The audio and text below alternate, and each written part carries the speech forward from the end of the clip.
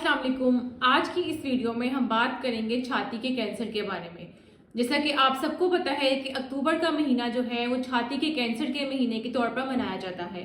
क्यों हर साल इसकी अवेयरनेस पे इतना जोर दिया जाता है और छाती के कैंसर के बारे में मालूमात दी जाती हैं? क्योंकि हमारे पास हर साल 1.3 मिलियन केसेस छाती के कैंसर के सामने आते हैं और हर साल तकरीबन 4.5 लाख खवातीन अपनी जान से हाथ धो बैठती हैं छाती के कैंसर की वजह से।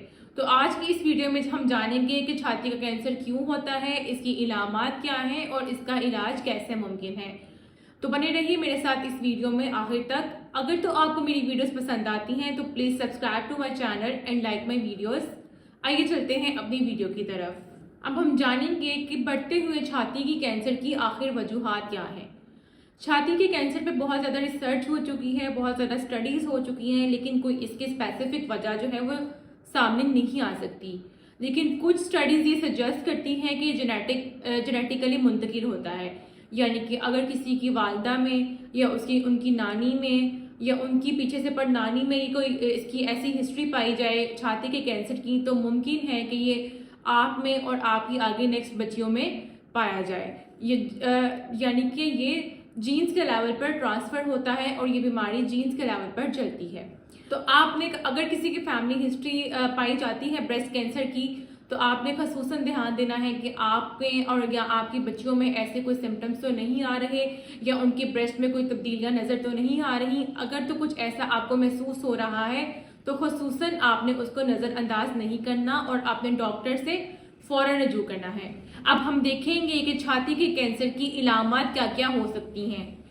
कुछ खवातीन जो हमारे पास आती हैं वो हमें ये बताती हैं कि वो अपनी छाती में कोई गिल्टी महसूस कर रही हैं।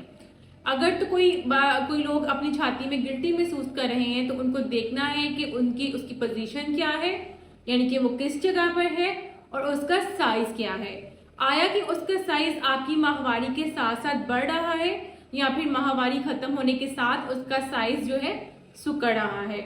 एक तो ये इलामत हो सकती है कि आप किसी भी जगह पे छाती में गिल्टी महसूस करें, इसके साथ साथ आपकी छाती से किसी भी तरह का डिस्चार्ज हो सकता है।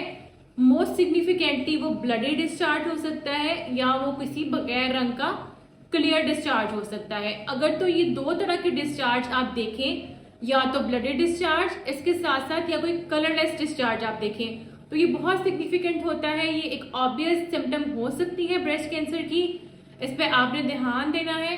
अदरवाइज येलोइश कलर का लिक्विड या किसी और कलर का लिक्विड इतना सिग्निफिकेंट नहीं होता। या तो आप अपनी छाती के दबाने पर आपको लगे कि कोई डिस्चार्ज आ रहा है, उसमें भी आपने नोट करना है कि वो ब्लडी डिस्चार्ज है। तो मोस्ट कॉमनली आपने ये देखना है कि बगैर किसी प्रेशर के कंटिन्यूसली तो कोई लिक्विड नहीं आ रहा या कोई डिस्चार्ज नहीं आ रहा। इसके साथ साथ आप अपनी बगल में या बगल की साइड में तो कोई गिल्टियाँ महसूस नहीं कर रहे।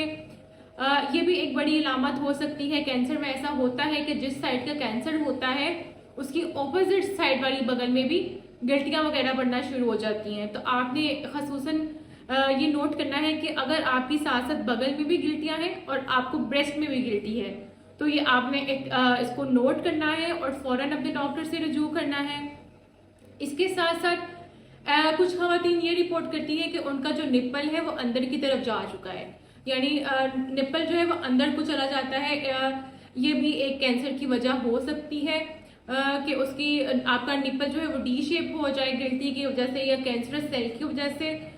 इसके साथ साथ वो अपनी स्किन पे, छाती की स्किन पे अल्सर्स भी बन सकते हैं, यानी कि वो कैंसर फैल के स्किन को भी अपने साथ ले लेता है और स्किन पे भी वो अल्सर्स टाइप, घड़े टाइप शो होने लगते हैं।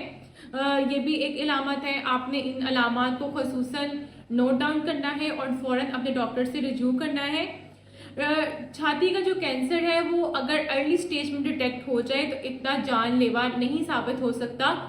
इसके रिकवरी के बहुत ज़्यादा चांसेस होते हैं और मरीज़ा मुकम्मल तौर पर सेहतयाब हो सकती है, लेकिन इसकी अर्ली डिटेक्शन बहुत ज़्यादा ज़रूरी है। तमाम खवातीन से दरख्वास्त है कि वो अपना मंथली चेकअप करें, खुद को असेसमेंट करें। आप देखें कि आपकी छाती में कहीं पे कोई गिल्टियाँ तो नहीं हैं। कुछ खवातीन ये रिपोर्ट करती हैं कि वो अपनी छाती में जो है पेन महसूस कर रही हैं या उनकी छाती में दर्द है। जो ये पेन की सिम्टम है ये कैंसर से बिल्कुल रिलेट नहीं करती। ये हार्मोनल फ्लक्चुएशन की वजह से होता है